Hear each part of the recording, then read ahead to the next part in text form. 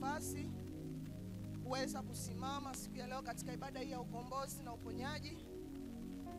Kipekee nimshukuru sana mlinzi wa madhabahu, baba yetu. Baba, asante kwa ajili ya kuendelea kutuamini na kutuinua watoto wako na kutupatia madhabahu kwa kutambua karama na vipawa ambavyo Mungu ameweka ndani yetu. Nashukuru sana. Mungu abariki sana mama zangu. Amen. Bwana Yesu asifiwe. Leo tutakwenda kuzungumza somo linalosema kwamba kushughulika au kupambana na hofu ya adui. Kushughulika au kupambana na hofu ya adui. Somo letu ina vipengele viwili. Upande wa A kutakuwa na pointi zake 3 na upande wa B, lakini pia tutahitimisha na kisha tutampatia baba nafasi ya kuja kuhitimisha kwa njia ya maombi. Katika kushughulika na hofu au kupambana na hofu ya adui, kuna hofu aina mbili. Sasa nikienda kwenye kushughulika moja kwa moja na kupambana na hofu ya adui, alafu nisiguse upande mwingine wa kujua hiyo hofu nyingine, naona kama tutakuwa tumebaki njia panda. Kwa hiyo kuna hofu aina mbili. Namba A, tutakwenda kuzungumzia hofu ya Mungu. Hofu ya Mungu ndani ya mtu au ndani ya muamini. Lakini namba B, tutakwenda kuzungumzia hofu ya adui. Hizi zote ni hofu.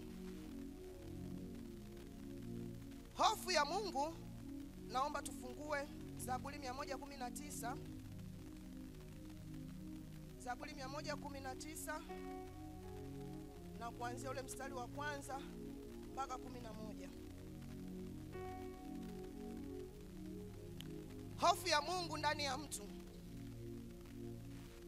ni chanzo na ni msingi wa Mungu mwenyewe. Kwa mtu ambaye ameokoka, kwa mtu ambaye amemwamini Bwana Yesu na kumkiri katika maisha yake, hii hofu ya Mungu ni lazima sisi kama watoto wa Mungu tuweze kuwa nayo. Kwa sababu hii hofu ya Mungu ndani ya mtu ni hofu ambayo inatusaidia sisi kuweza kutembea sawasawa na mapenzi na makusudi ya Mungu. Hii hofu ya Mungu inatusaidia sisi kama watoto wa Mungu kuweza kutembea sawasawa na mapenzi na makusudi ya Mungu kwa kuweza kuzishika sheria zake na kanuni zake.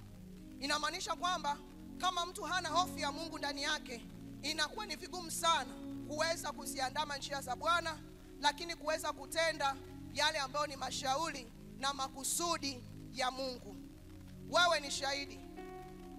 Unaweza usiwepo hapa kanisani, lakini huko huko unakokuwa kuna vitu ambavyo ukitamani kuvifanya, ndani yako kuna kitu kinakwambia hicho kitu usifanye. Na maana kila kitu ambacho kinakwambia usifanye, maana yake hicho kitu ndio hofu ya Mungu ndani ya mtu. Maana yake hicho ambacho ulitakiwa kukifanya kwa wakati huo ni kitu ambacho kiko kinyume na mapenzi na makusudi ya Mungu. Zaburi 119 tuanzie ule mstari wa kwanza. Heri walio kamili njia zao, waendao katika sheria ya Bwana. Hofu ya Mungu ndio inatukamilisha na kutembea katika njia za Bwana. Tuendelee. Tena mpaka mstari wa 11. Heri wazitio shuhuda zake, wamtafutao kwa moyo wote. Naam, hawakutenda ubatili, wamekwenda katika njia zake. Wewe umetuamuru mausia yako, ili sisi tuweze kuyatii sana. Ningependa njia zangu ziwe thabiti, nizitii amri zako. Ndipo mimi sitaaibika, nikiangalia maagizo yako yote. Nitakushukuru kwa unyofu wa moyo, nikiisha kujifunza hukumu za haki yako. Nitazitia amri zako, usiniache kabisa. Huyu ni Daudi, anaweka agano lake na Mungu kwa kutii amri za Mungu na njia zake, kwa sababu tayari Mungu alikuwa ameshaanza kushughulika na nini? Na moyo wake. Na Daudi ni mtu ambaye aliishi akiupendeza moyo wa nani? Wa Mungu. Jinsi gani kijana isafishe njia yake? Kwa kutii, akilifuata neno lako. Kwa moyo wangu wote nimekutafuta, usiniache nipotee mbali na maagizo yako. Usipokuwa na hofu ya Mungu, huwezi kuyatenda maagizo ya Mungu. Na usipoyatenda maagizo ya Mungu, inakufanya unapotea, unakuwa mbali na Mungu. Kwa moyo wangu wote nimekutafuta, usiniache nipotee mbali na maagizo yako. Moyoni mwangu nimeliweka neno lako, nisije nikakutenda dhambi. Bwana Yesu asifiwe. Huyu ni Daudi, ni maombi ya Daudi, anaweka agano lake na Mungu na kumwambia Mungu kwamba Mungu, usiniache nikapotea mbali na wewe. Nitembee katika njia zako, nikujue wewe. Hiyo ni kitu ambayo mtu anapokuwa na hii hofu ya Mungu, hii hofu ya Mungu ndio inamfanya asifanye nini? Hii hofu ya Mungu ndio inamsaidia aweze kutenda mapenzi na makusudi ya Mungu, kwa sababu ndani ya moyo wako umeliweka nini? Neno la Mungu. Neno la Mungu ndilo ambalo linakuongoza. Neno la Mungu ndilo ambalo linakufundisha. Neno la Mungu ndilo ambalo litakuelekeza. Njia hii pita, njia hii hapa usipite. Hapa nenda, hapa usiende. Hiki fanya, kile usifanye. Bwana Yesu asifiwe. Tumetoka kwenye juma la kamwe utukufu wangu hautanyamazishwa. Ni kweli kabisa Mungu ametutendea. Ni kweli kabisa tumepokea msihilisho wa matendo ya makuu ya Mungu juu ya maisha yetu. Lakini baada ya hapo tunatembeaje katika hilo wingu? Ili kuendelea kukamatilia hilo wingu, ni mpaka pale ambapo utakuwa na hofu ya Mungu ndani yako. Hofu ya Mungu ndio inakusaidia uendelee kumtafuta Mungu. Hofu ya Mungu inakusaidia kuendelea kuwa na njaa na shauku ya kumtafuta Mungu. Tufungue Yohana sura ya 17 na mstari wa 15. Yohana sura ya 17, sura ya 17 na mstari wa 15 mpaka 17. Yohana sura ya 17. Yesu alikuwa anasema na wanafunzi wake, mimi siombi kwamba uwatoe katika ulimwengu, bali uwalinde na yule muovu. Kwa hiyo tunaishi kwenye hii dunia, ina mambo mengi. Hata Yesu alijua. Na Yesu kuna sehemu moja akasema kwamba ulimwenguni mnayo uziki, lakini tujipe moyo mkuu. Kwa sababu yeye aliyeshinda vikwazo vyote, aliyeshinda majaribu yote, yeye yuko ndani yetu. Yesu Kristo ni neno. Anasema hapo mwanzo kulikuwako neno, naye neno alikuwapo kwa nani? Kwa Mungu. Kwa hiyo ina maana neno la Mungu linapokuwa limejaa ndani yako, ndivyo ambavyo Yesu anaendelea kujaa ndani yako. Ndivyo ambavyo hata kama unatembea mahali ambapo unajua kabisa au unakaribia kwenda kutumbukia kwenye mtego wa adui, Yesu ameahidi kwamba yeye atakulinda, yeye atakutunza, yeye amesema atakuhifadhi. Wao si wa ulimwengu kama mimi sivyo wa ulimwengu. Tuendelee 17. Uwatakase kwa ile kweli, neno lako ndiyo kweli.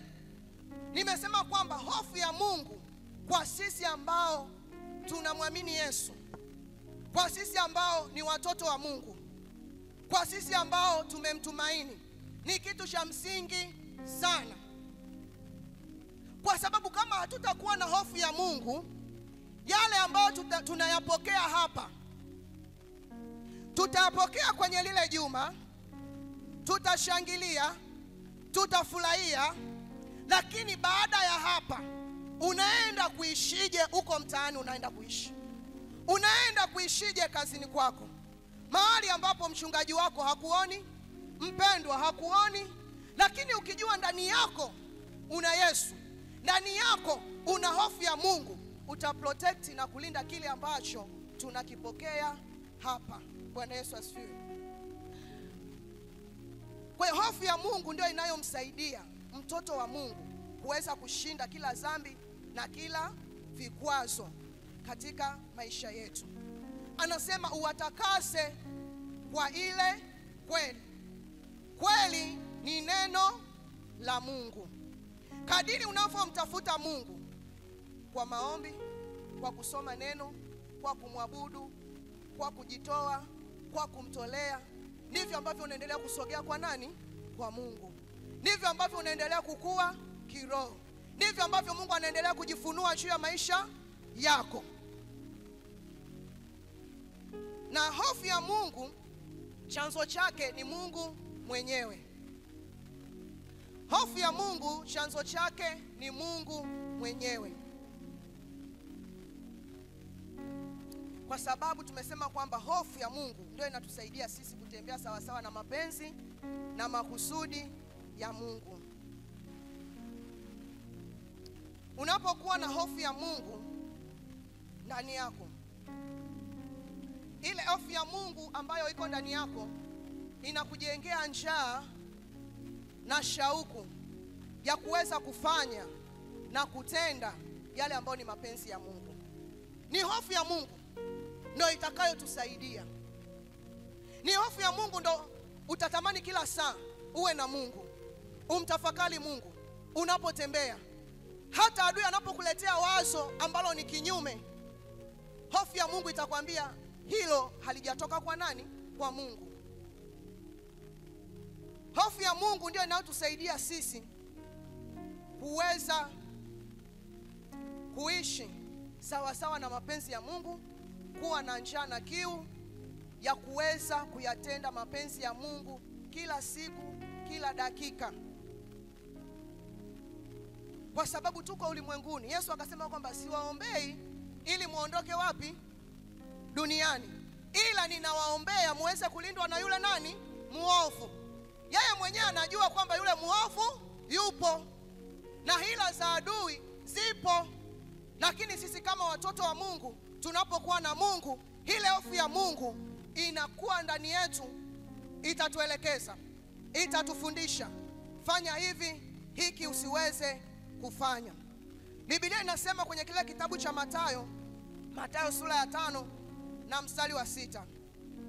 Inasema kwamba heri wenye njaa na kiu. Heri wenye njaa na kiu.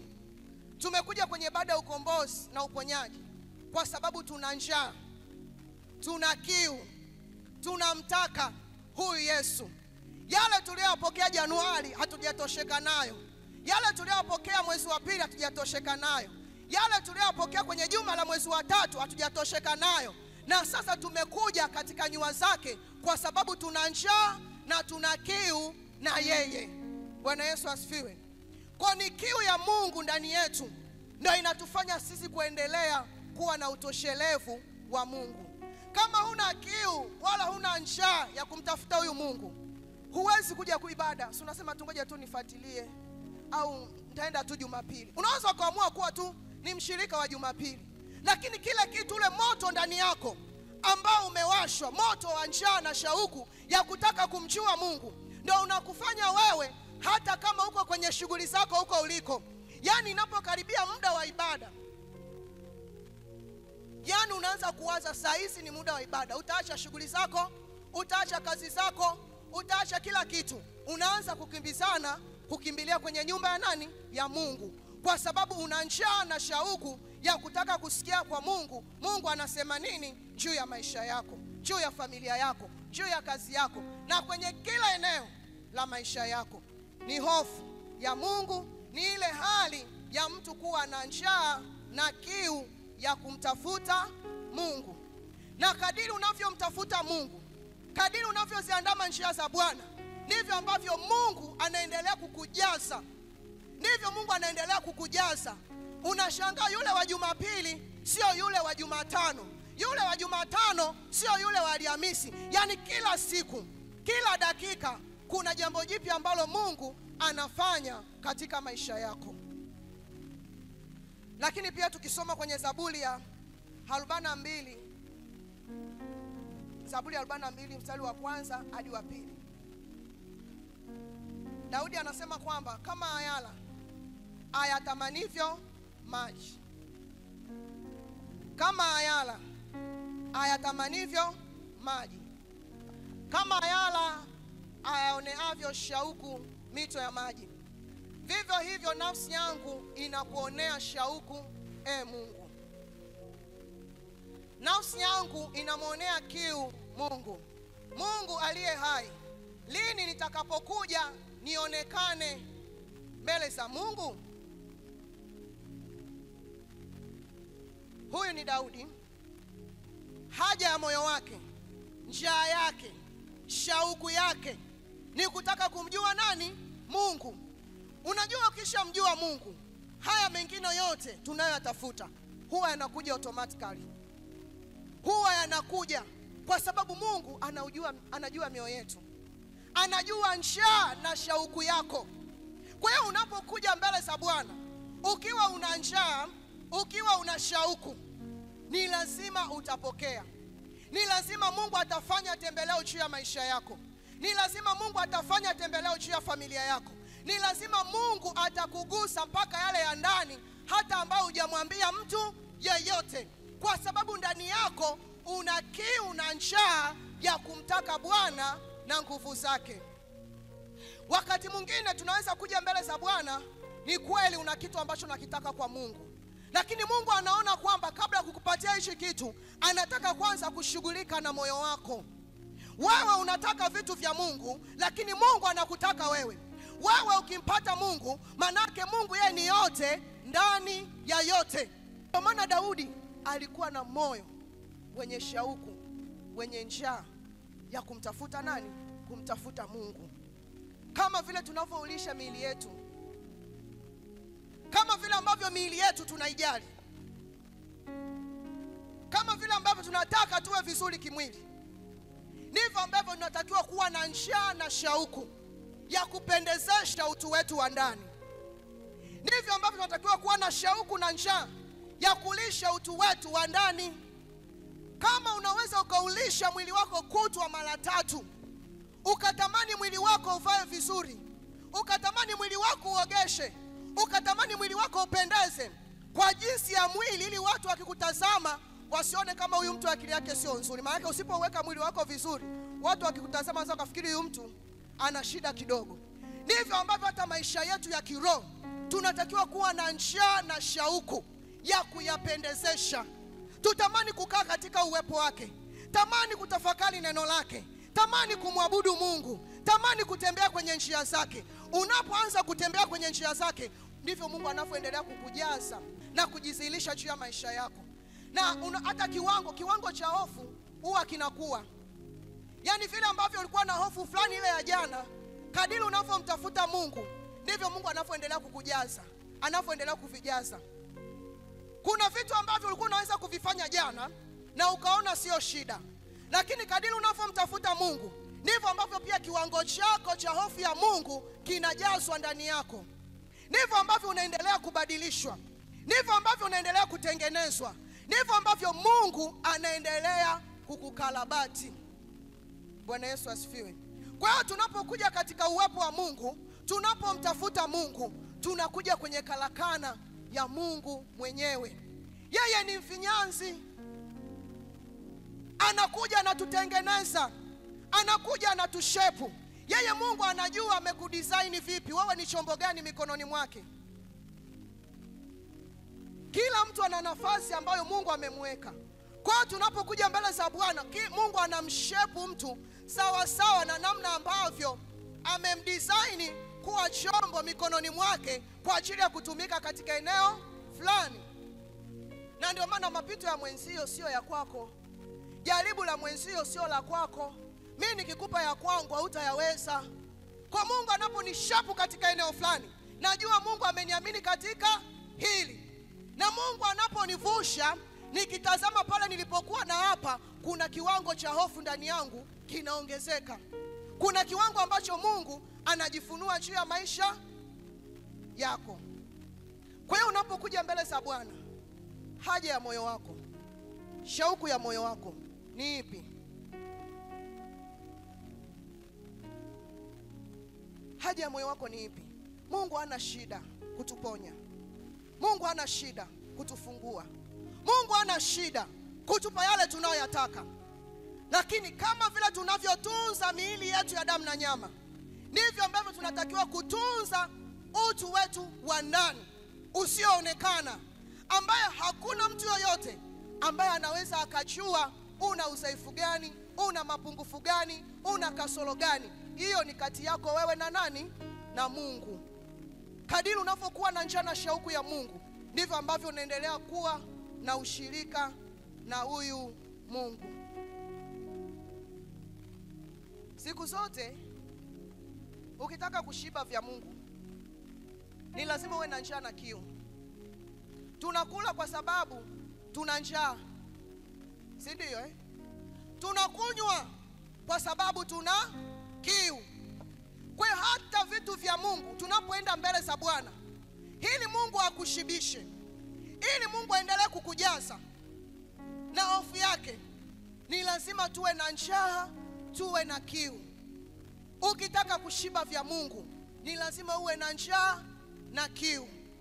Njaa na kiu ya kumtafuta yeye, ili Mungu aweze kuonekana na kujidhihirisha katika maisha yako.